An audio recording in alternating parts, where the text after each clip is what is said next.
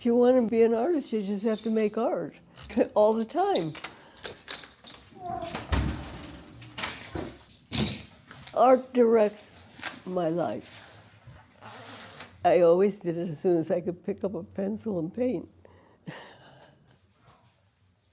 There was a member of my family, it was my father's cousin, who was a painter. And when I was old enough, we would go out painting together. Encouragement was that I could draw better than anybody that I knew, because it was just a small town. And then I went to Cleveland Institute of Art. This one I could work on. And then I saw that all the artists went to New York, so I hopped on the first train, went to New York. I loved it. I always felt good, and it always connected me with people in a positive way. This is it. These are all watercolor with chalk added, which makes for a tempera paint. It's a very free medium that moves. The background color mixes with the front motion of the figures. This painting was painted before the towers fell. I used to go down there because I was fascinated by the people who were always walking into these dark spaces, constantly going in and out of elevators. And there was one of the towers that had a purple rug on the floor, which always fascinated me because it gave color to all the people who were in gray suits and gray attire, and I loved that grayness about them. This is a painting.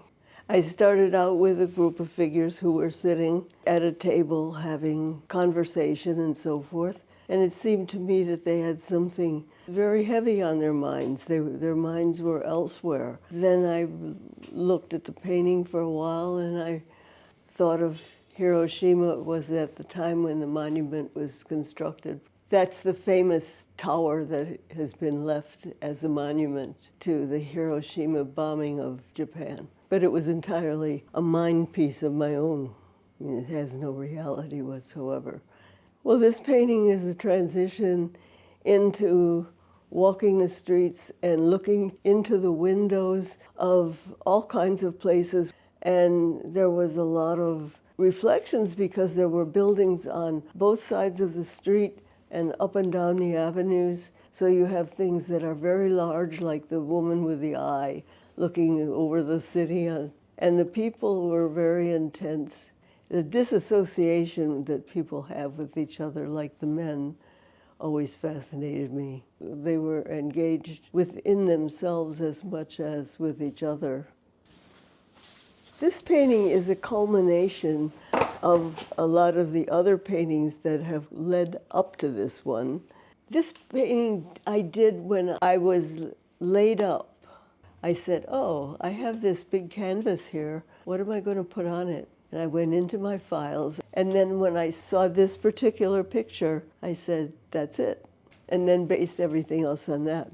And this one is a big part also. And then some of it I just made up.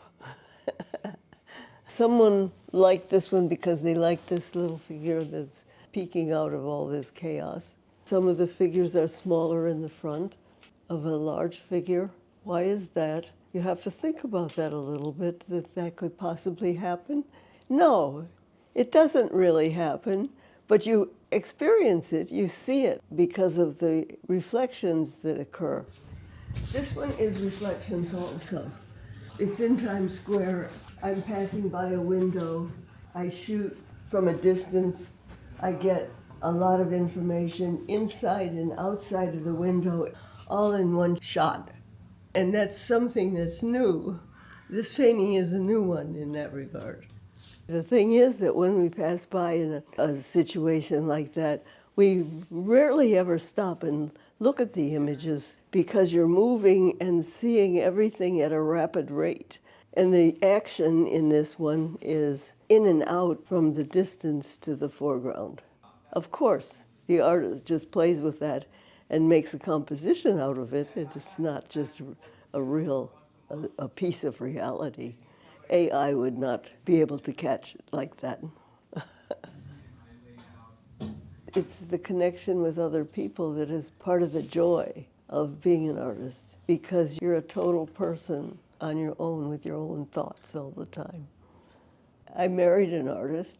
That was a disaster, but I married an artist. But I have 2 children. Neither of them are artists. They could see